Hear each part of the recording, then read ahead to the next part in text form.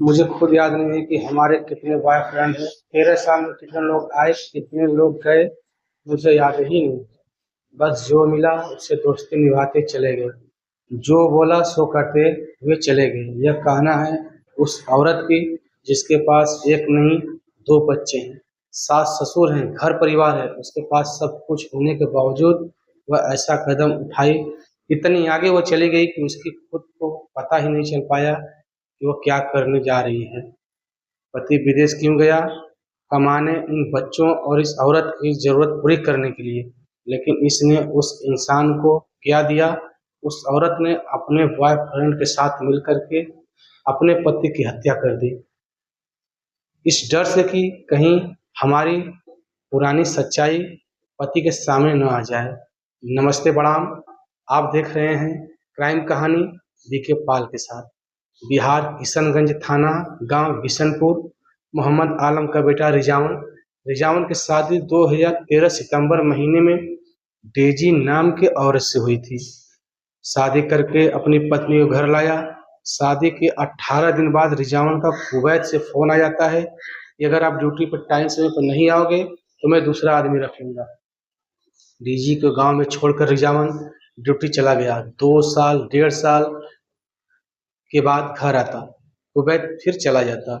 इस बीच रिजावन के एक बेटी और एक बेटा हुआ, 12 साल का बेटा और 8 साल की बेटी।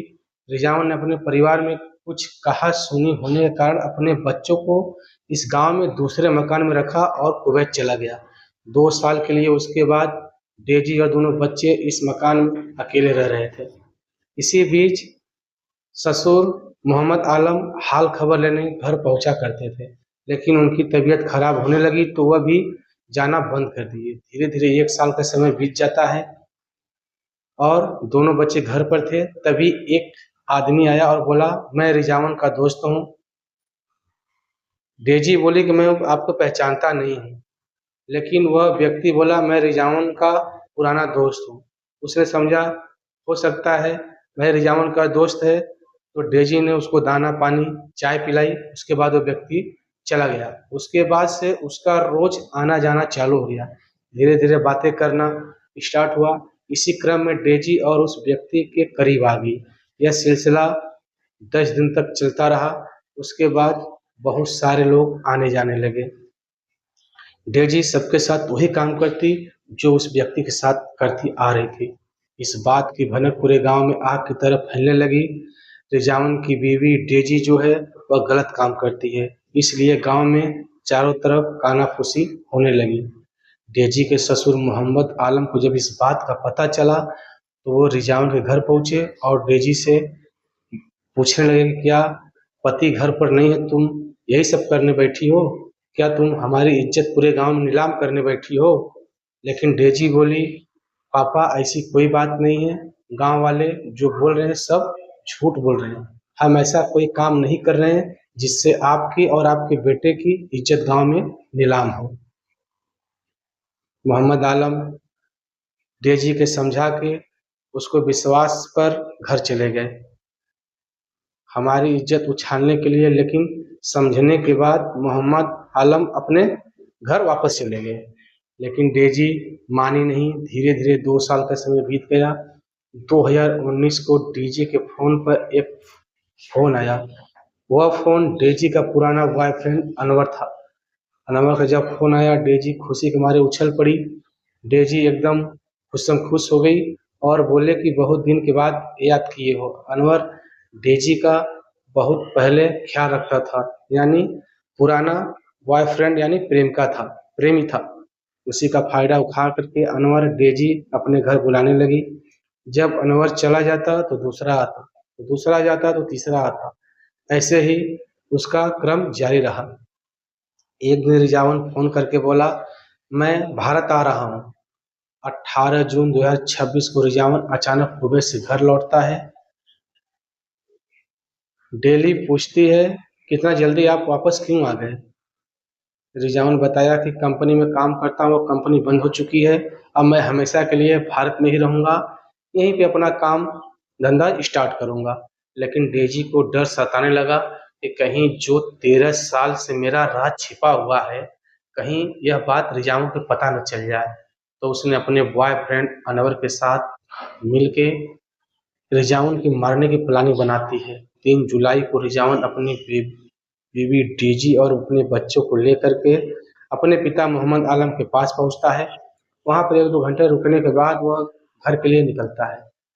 घर रात में पहुंचते हैं, सब लोग खाना खाकर सारा परिवार सोने चला जाता है।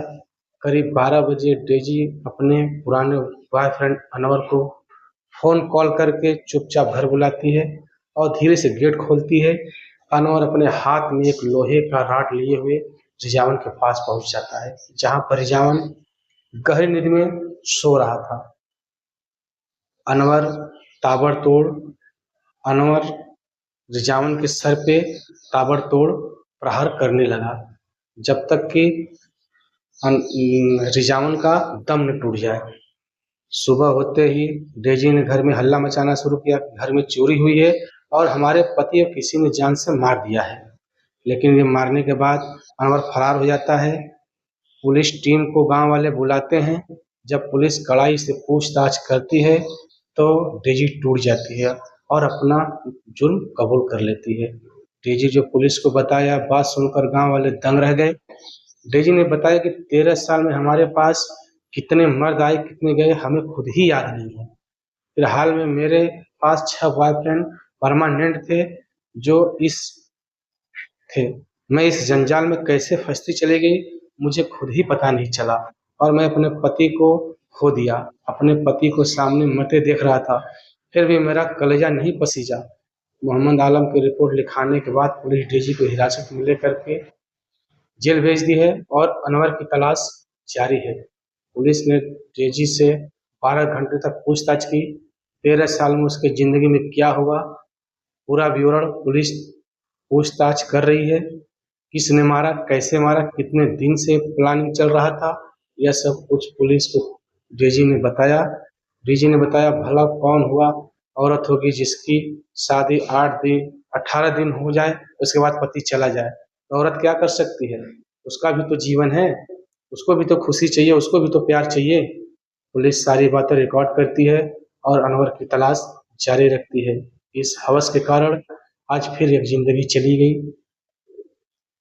तो आज की कहानी बस यहीं तक।